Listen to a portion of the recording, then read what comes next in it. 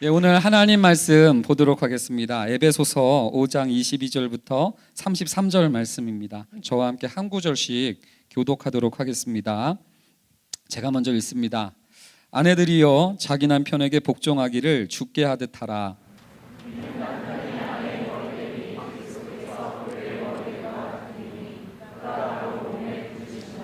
그러므로 교회가 그리스도에게 하듯 아내들도 범사에 자기 남편에게 복종할지니라.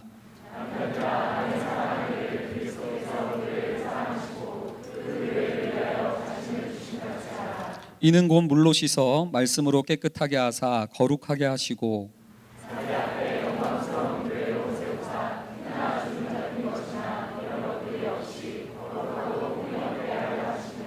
이와 같이 남편들도 자기 아내 사랑하기를 자기 자신과 같이 할지니 자기 아내를 사랑하는 자는 자기를 사랑하는 것이라.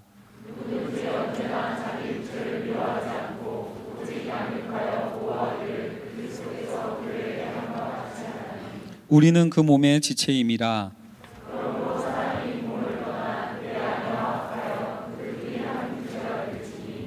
이 비밀이 크도다. 나는 그리스도와 교회에 대하여 말하노라. 그러나 너희도 각각 자기 아내 사랑하기를 자신같이 하고 아내도 자기 남편을 존경하라. 아멘. 우리 조이스 오늘 결혼식 컨셉으로 세례 예배를 올리고 있는데요. 왜 세례 예배를 이렇게 드리는가? 오늘 에베소서 5장이 바로 그 대표적인 근거 구절이 되는 줄로 압니다. 남편과 아내의 관계를 그리스도와 교회의 관계로 비유하고 있는 거죠. 그런 면에서 남편이 되어지는 결혼식과 또 교회가 되는 과정인 세례식, 굉장히 유사한 점이 많다라는 생각이 듭니다. 결혼식을 비밀리에 하지 않고 공식적으로 하객들을 모아놓고 하는 것처럼 세례도 비밀리에 하지 않고 이렇게 공식적으로 모든 언약에 증인된 지체들을 모아놓고 하게 되지요. 결혼식에도 네 남편을 사랑하겠느냐라는 주례사가 있는 것처럼 이 세례식에도 정말로 예수 그리스도를 구주로 주님으로 영접하겠느냐라는 어떤 주례사와 같은 내용들이 담겨지고요. 뿐만 아니라 결혼식에도 서약이 있고 그 서약문을 낭독하는 것처럼 이 세례식도 본인의 신앙을 서약하는 그런 과정에 공통점들이 있습니다. 그런데요, 여러분들 이 결혼식도 그렇고 세례식도 그렇고 그러나 이 예식이 어떤 특별한 마법과 같은 능력이 있는 것은 사실 아닙니다.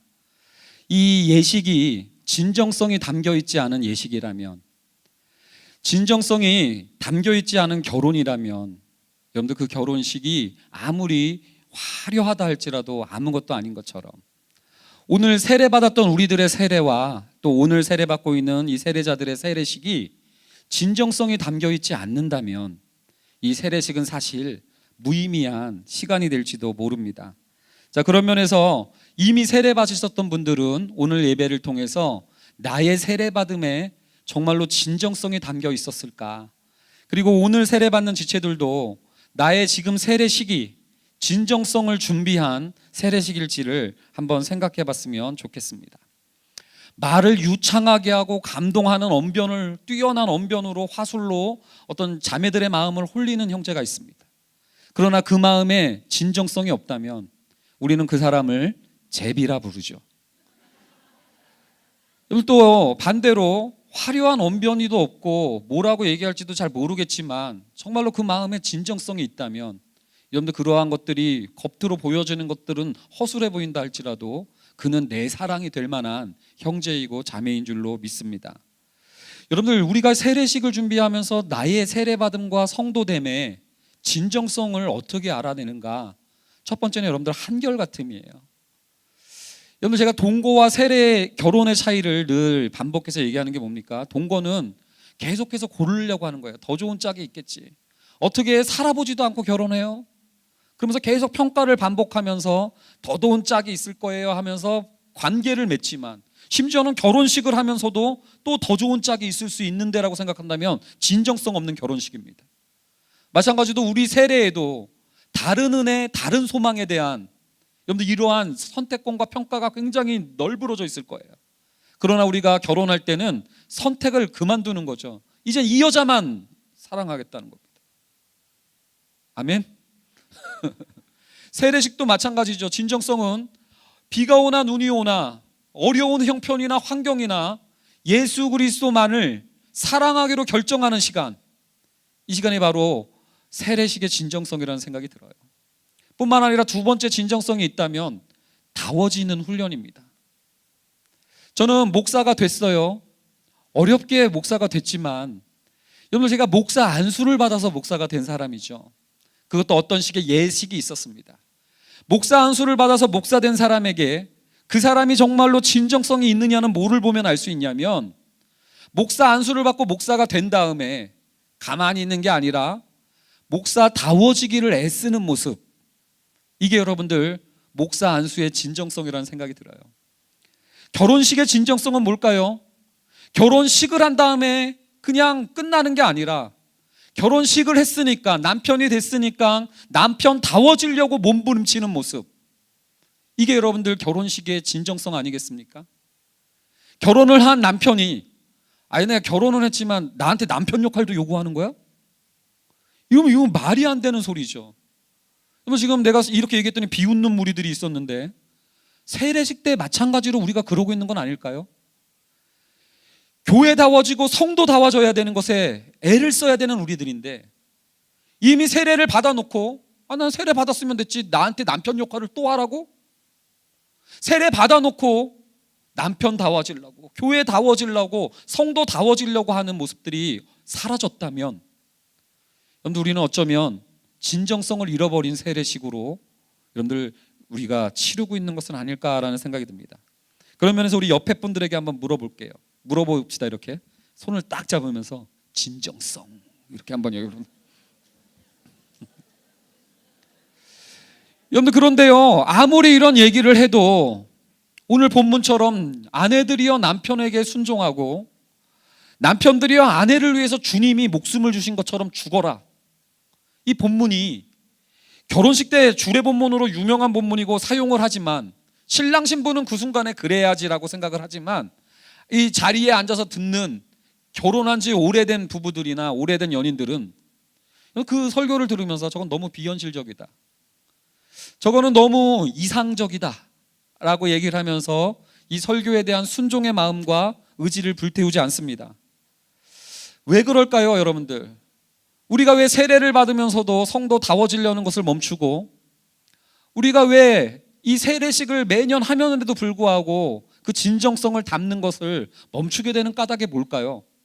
첫 번째는 여러분들 상호적으로 생각하는 습관 때문이에요. 대부분의 사람들이 남편들아 아내들아 이 본문을 어떻게 해석하는 줄 아십니까? 남편이 존경할 만해야 순종하죠. 남편은요, 아내가 사랑할 만한 짓을 했어야 사랑하죠. 저 사람이 사랑할 짓을 안 했기 때문에 이 본문을 설교하는 목사에게 이렇게 얘기합니다. 목사님, 살아보셨어요? 내 남편이랑? 뭐예요? 상대방 탓을 하는 거죠. 저 사람이 안 했기 때문에 나도 안 하겠다라는 거예요. 여러분, 혹시 우리의 신앙이 하나님이 내 기도에 응답을 안 해주셨으니까 나도 안 하겠다라는 이 상호적으로 생각하는 습관에 쩔어 있는 것은 아닐까요? 내 아내가 내 남편이 살아봤어요? 사랑할 만했어야죠. 존경했어야 할 만하죠. 이렇게 여러분들 생각하면서 상호적으로 생각하는 습관 때문에 어떤 결과가 펼쳐집니까? 다른 짝을 구하려고 그러죠. 더 그때 걔가 좋았을 텐데, 더 나은 소망이 있었을 텐데, 다른 은혜가 있었을 텐데, 이러면서 진정성을 잃어버려요. 혹시 우리 신앙이 상호적으로 생각하는 습관 때문에 하나님의 예수 그리스도만이 아니라 다른 은혜를 구하고 있는 것은 아닌지를 되돌아보고 점검하는 시간이 되기를 원합니다. 또 하나는요, 이 상호적으로 행동하는 습관 때문에 유보적으로 행동하는 습관이 또 나타나요. 저 사람이 하는 거 봐서요 하겠어요. 저 사람이 잘하는 모습을 보면, 존경할 만한 모습을 보이면 그때 가서 순종해 주겠어요. 저 사람이 사랑할 만하면 그때 가서 내 몸을 내주겠어요 라는 식으로 뭔가 더해야, 뭔가 아직은 아니라고 얘기를 하면서 여러분들 이렇게 관계를 그런 식으로 유보적으로 맺는 경우들도 많이 있죠. 상호적으로 생각하는 습관, 유보적으로 행동하는 습관, 이 두 가지가 우리의 성도됨의 진정성을 앗아가는 적이다라는 생각이 듭니다. 한번 외워볼까요? 상호적으로 생각하는 습관, 유보적으로 행동하는 습관. 근데 왜 여러분들 이러한 습관들이 우리도 모르게 들어올까요? 처음부터 결혼할 때부터 내가 이만큼 할 테니까 네가 이만큼 해야 하는 부부들 별로 없어요. 주례를 제가 분당우리 교회에서 아마 제일 많이 하는 목사일 텐데요. 내가 많이 이렇게 결혼식 할 때마다 만나보면 얘기하면 아주 그냥 엄청 사랑해요, 둘이. 서로 안 사랑한다고 하면서 결혼하는 사람을 본 적은 없습니다. 막 어떤 결혼식 가보면 뭐 사회자가 이러죠. 뭐 신랑 뭐 신부를 사랑하는 만큼 소리 지르시죠. 그러면 막 으아! 막 이렇게 하면 막 그렇게 해서 막 엎드려 뻗쳐도 하고 다 합니다. 막 심지어는 신부를 들고 막 앉았다 일어났다도 하죠. 여러분들 저도 그랬어요. 저도 결혼할 때 초기에는요. 제가 얘기했잖아요. 결혼이 안 돼가지고 저도 막 우크라이나 결혼, 조선족 결혼, 뭐 베트남 이런 거 알아보다 보니까 결혼을 하게 된 내 아내가 그것만으로도 너무 고마웠어요. 그냥 결혼해 준 게 고맙더라고요. 그냥 어떻게 이 여자가 나한테 결혼을 해줬을까? 그것만으로도 고마워가지고 그냥 그게 감사했어요. 근데 여러분들 세월이 흐르니까 다른 생각이 들던데요. 내가 10년이 이제 결혼한 지 10주년이 됐더니 이런 생각이 듭니다. 그동안 내가 해준 게 얼만데. 시골에서 자라던 우리 아내가 나 때문에 아이폰도 써보고 뭐 이런 생각이 막 드는 거예요. 뭐 이런 생각이 들면서 여러분들 내가 그동안 해줬던 것들에 대해서 보상받고 싶고 인정받고 싶은 생각이 시간이 갈수록 생기더란 말이죠. 우리 아내도 제가 결혼해 준 거죠. 안 믿으시네요. 우리 아내도 내가 결혼했더니 이제 처음엔 되게 좋아했지만 여러분들 10년이 되고 애를 기르고서 하는 맨날 나한테 하는 불평이 뭐예요? 내가 이렇게 뒷바라지를 열심히 하는데 안 알아준다는 거죠. 그러면서 뭐예요? 저 사람이 나한테 이렇게 서운하게 했다, 섭섭하게 했다는 이 상호적인 생각이 여러분들 우리에게 스며들더라고요. 왜 그렇습니까? 자기가 해냈던 일들 때문에, 내가 한 게 얼만데, 이 공로주의적인 생각 때문에 그래요. 이 자기중심성 때문에 그렇다는 거죠. 두 번째는 여러분들 그것만 있으면 괜찮은데 예대인이 또한 우리를 유혹하는, 상징적으로 얘기하는 겁니다. 외적인 죄와의 죄의 유혹이 우리들한테 계속해서 다가오는 거예요. 자기중심성 때문에 아내한테 서운했는데 갑자기 다른 자매가 오더니 상훈 형제 좋아요. 막 내가 뭐만 하면 뭐뭐 죄송합니다. 이러면 여러분들 그때부터는 이제 마음이 그냥 설레는 거 아니겠습니까? 이 두 가지가 결국은 그 언약의 진정성을 앗아가는 조건이 아닐까라는 생각이 들어요. 세례를 받고 세례를 받았던 여러분들에게 한번 물어보겠습니다. 어쩌면 우리도 하나님 앞에 내가 그동안 한 게 얼만데 이것 주장 때문에, 나의 자기중심성이라는 이 자기의와 자기 공로 때문에 하나님에 대해서 서운해하고 섭섭해하고 있는 거 아닙니까? 또요, 여러분들 이렇게 서운해하고 있을 때 오히려 세상의 다른 유혹들과 다른 소망들과 다른 은혜들이 하나님 믿는 것보다 이게 더 현실적이다라는 이름으로 이렇게 애교를 떨고 있고 아양을 떨고 있는 것은 아닐까요? 결국은 이게 하나님과 세례받았던 우리의 진정성을 앗아가는 요소라는 생각이 들어요. 그렇다면 마지막으로 어떻게 해야 되겠습니까? 왜 자기중심성, 내가 한 게 얼만데를 생각하냐면 내가 한 것에 나에 자꾸 집중하기 때문이에요. 내가 얼마나 했고, 내가 기도를 했고, 내가 조이스를 나왔고, 4시 반에 5층까지 기어 올라왔고, 내가 GBS를 해가지고 7시까지 8시까지 내가 여기 있는데 뭡니까? 뭐예요? 내가 한 일을 집중하는 거죠. 여러분들, 남편을 사랑하게 하는 방법에 대해서 두 가지 종류가 있어요. 한 가지 방법은 그래, 남편에게 사랑받기 위해서 새벽부터 일어나서 좀 가꿔라. 아무리 같이 산다고 하고 오래돼서 익숙해졌다고 할지라도 자고 일어난 채로 그냥 씻지도 않고 남편 대하지 말고 머리 감고 아침에도 화장하고 좀 예쁜 옷도 입고 그래라. 그리고 남편 그냥 회사 보내지 말고 맛있는 아침을 차려줘라. 이런 식으로 내가 해야 할 일을 열심히 결단하도록 하면서 남편의 사랑을 회복하려고 하는 운동들이 있겠죠. 이건 율법주의입니다. 여러분들, 근데 이것은 아무런 능력이 없어요. 우리 아내도 막 생활계획표는 그래요. 근데 안 해요. 여러분들, 근데 이 아내가 남편을 사랑하게 하는 방법은, 이런 방법은 어떨까요? 내가 해야 할 일에 집중하는 게 아니라 남편이 했던 일을 들려주는 겁니다. 야, 니네 남편 지갑에 봤더니 네 사진 들고 다니더라. 이쁜 여자 앞에서 그 사진 펴가지고 네 아내라고 자랑하더라. 야, 네 남편 백화점 갔더니 네 선물 사려고 돌아다니더라. 야, 네 남편 점심시간 때 기도하길래 뭔 기도 하나 들어봤더니 아내 건강하게 해달라고 기도하더라. 두 종류의 방식이 있습니다. 내가 할 일을 결단하라는 방식이 정말 남편을 사랑하게 될까요? 남편이 행한 일을 바라볼 때 남편 사랑이 회복될까요? 퀴즈. 여러분, 오늘 본문을 보십시오. 하나님은 우리들에게 상호적으로 대하지 않았다는 겁니다. 우리들을 대하실 때 하나님이 네가 하는 거 봐서 하겠다라고 유보적으로 행동하지 않으셨다는 거예요.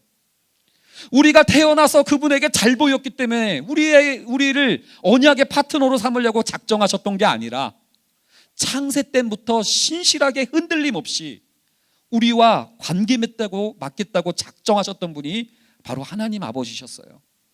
내가 회개하고 선한 일을 했기 때문에 그분이 나를 대신해 주셨던 것이 아니라 내가 죄인 되었고 원수되어 있었던 그 순간 그때 우리 예수 그리스도께서 나를 대신하시겠다고 인간의 몸을 입고 이를 악물고 죄 없는 삶과 율법에 온전히 순종하는 삶을 사시다가 아까 목사님 설교처럼 벌거벗겨지실 정도로 그 자리를 피하지 않으셨습니다.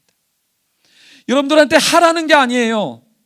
그분이 우리는 마땅히 빌 바도 알지 못해서 기도하라 그러면 결혼하게 해주세요 이것밖에 못하지만 마땅히 빌 바도 알지 못하는 우리를 위하여 말할 수 없는 탄식으로 간구해 주시는 성령 하나님을 통해서 우리는 내가 해야 할 일을 찾기보다도 이 예식 앞에 주님 앞에 서 있고 주님을 바라보는 시간 되기를 원합니다.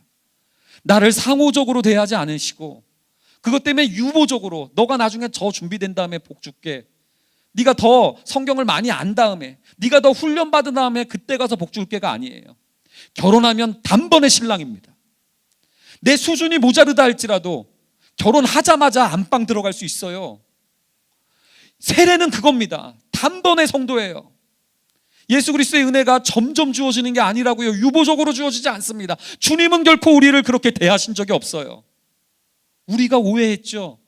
결혼했는데도 내 수준이 모자르니까, 아직 훈련 못 받았으니까, 성경에 대해서 모르니까, 난 초신자니까 내가 결혼했고 세례 받았는데도 어떻게 안방에 들어가? 목사님 안방문 좀 놓고 해주세요.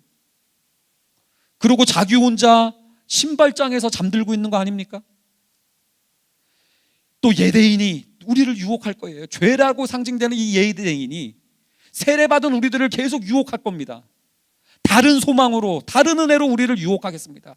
근데 여러분들, 예대인을 이기는 방법이 뭐겠습니까? 내 혼자 힘으로 5번 일주일에 만났던 거 2번씩만 만나기로, 이런 정도로 여러분들 죄를 이기는 게 아니에요. 예대인을 이기는 방법을 마지막으로 알려주고 여러분들 마치도록 하겠습니다. 이게 여러분들의 세례에 진정성이 있느냐 없느냐를 결정짓는 내용이겠죠. 예대인을 이기는 방법은 나의 결단이 아닙니다. 여러분들, 내 배우자를 보여주면 돼요. 예대인 앞에 내 아내를 데리고 가면 어머나 그러면서 가는 거예요. 여러분들 안 믿는 것 같아서 여러분들 몇 가지 제가 세례 때마다 잘 들려주는 예화를 다시 한번 반복하겠습니다. 달콤한 인생이라는 영화에 이병헌이 조직 보스의 애인과 잠깐 마음이 통하죠. 이것 때문에 그 김영철인가요? 너는 내게 모욕감을 줬어 이러면서 여러분들 이병헌을 엄청 혼쭐을 내죠. 이 세상의 애인, 보스의 애인만 건드려도 혼쭐이 납니다. 하물며 예수 그리스도와 연합된 우리들일까? 여러분 한번 생각해 주십시오. 죄에 대해서 늘 진다고 생각하지 마시고 이 예수 그리스도 주 앞에 다시 서서 그분을 봤으면 좋겠습니다. 세례 때마다 들려드리는 뮤지컬 설교를 하죠. 노래를 들려드리겠습니다. 92년 너의 결혼식, 윤종신. 몰랐었어? 네가 그렇게 예쁜지 웨딩 드레스. 결혼식에 간 거예요. 옛날 애인 결혼식에. 미친놈이죠.